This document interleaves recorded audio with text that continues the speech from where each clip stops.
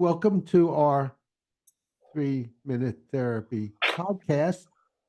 I'm Dr. Michael Edelstein, clinical psychologist and author, and my co-host is Mick Berry, who is a musician, actor, and also co-author of mine in one of our books called Stage Fright.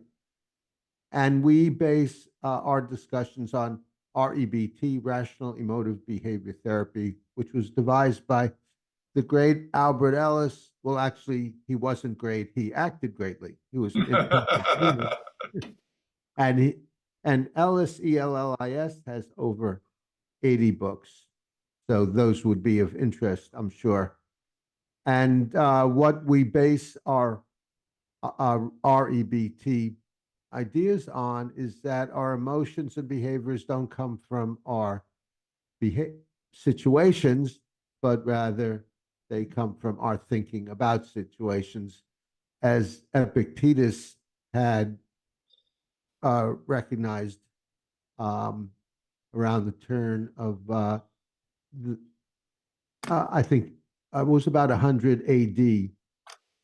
And so what we do is we help people get over their anxiety, depression, anger, guilt, and addictions by showing them how these problems are caused by their thinking, particularly their musts. I must do well and get approval. You must treat me well, and my life must go well. Mick, did you want to add anything else to that introduction?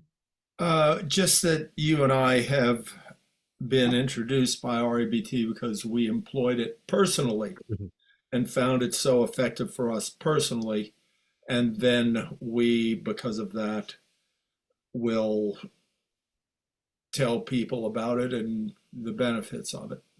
Right. And speaking of the benefits of it, and live pretty sane lives ourselves, because when we learned it from Albert Ellis, and he was our therapist, we learned how to identify our demands, our musts and shoulds, question, challenge, and contradict them.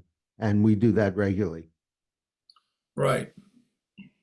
Today, we're going to be discussing driving anxiety, making yourself anxious while driving.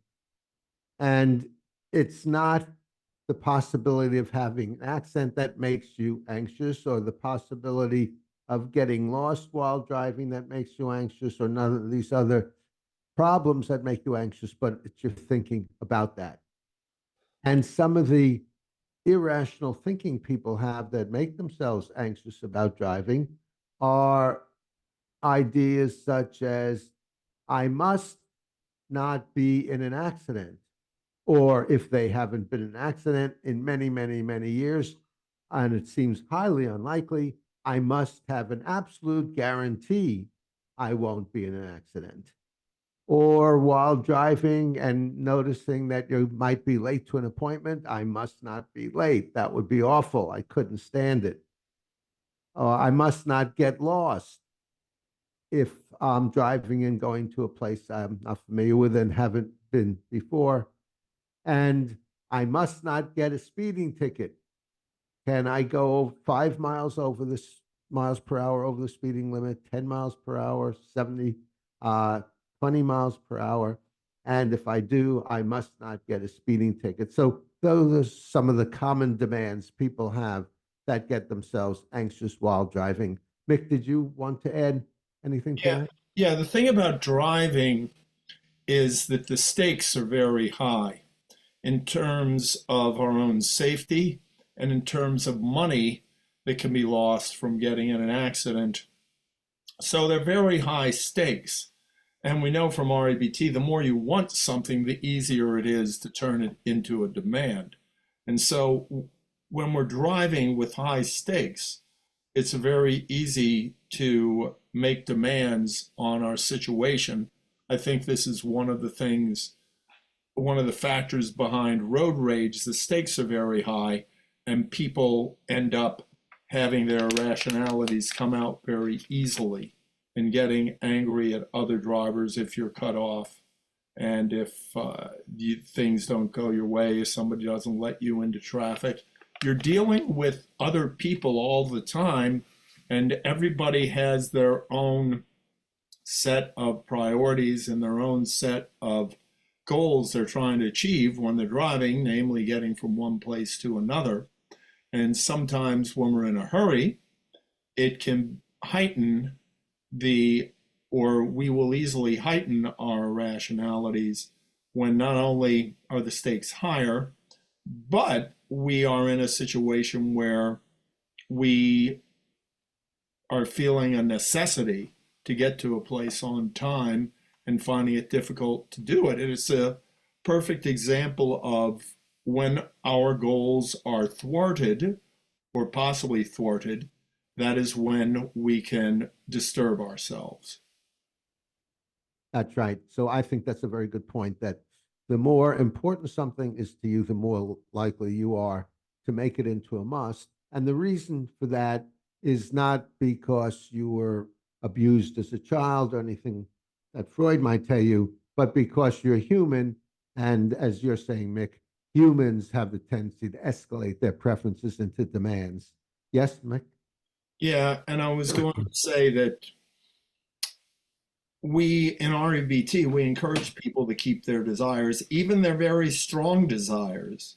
Whereas I've heard people say in certain philosophical idea or groups that claim to be spiritual that they want to get rid of all their worldly desires, which I think is utterly ridiculous, and I think REBT says is utterly ridiculous too.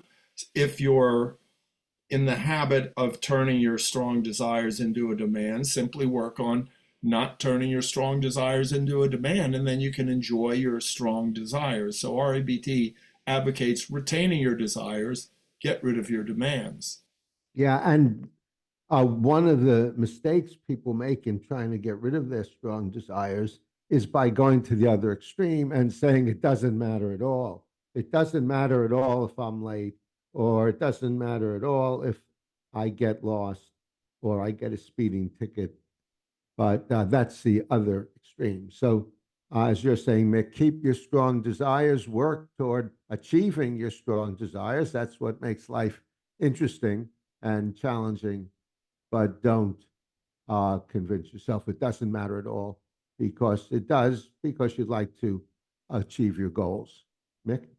And I often have heard people say, well, REBT doesn't offer any solutions. It says that you're a fallible human, and that's the reason that you're irrational. But that's actually not true in the least bit. Our REBT does offer the solution by accepting yourself as a fallible human and working on being less fallible. I can tell you unequivocally, I'm so much less fallible with my rational thinking now than I was before I started REBT. So even though we are human beings that are fallible, we can grow in our corrections of our fallibility and in us being not fallible, but actually quite rational and reasonable. And that's what REBT advocates. Practice, practice, practice, getting better at eliminating your demands while remembering that you don't want to demand to get rid of your demands, because that is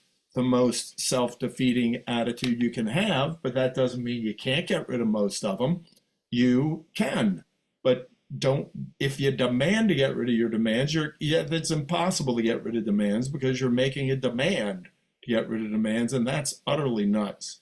But it's practice, practice, practice. It gets easier and easier and Yeah. much more effective, so that depression and anger and anxiety diminish and even go away entirely. And if I have anxiety, it might be for a minute or two or something like that, but that's about all it lasts. Yeah, and as you mentioned, demanding you get rid of your demands don't make sense. That's called secondary disturbance. And if you're interested in learning about that, I just checked our podcast that we did on secondary disturbance. Right. And that's also another aspect of REBT that's very good. It recognizes secondary disturbance and it accepts us all as fallible human beings. And part of the training, part of the learning and application is to know that we don't have to be infallible. We can still be largely rational while still capable of making demands, but minimally, as Albert Ellis said, largely so. And sorry, Mick, did you want to say something more there? Just largely rational. Yeah. And my last word here, since we're coming to the end, is as you were talking about the importance of practice, practice, practice.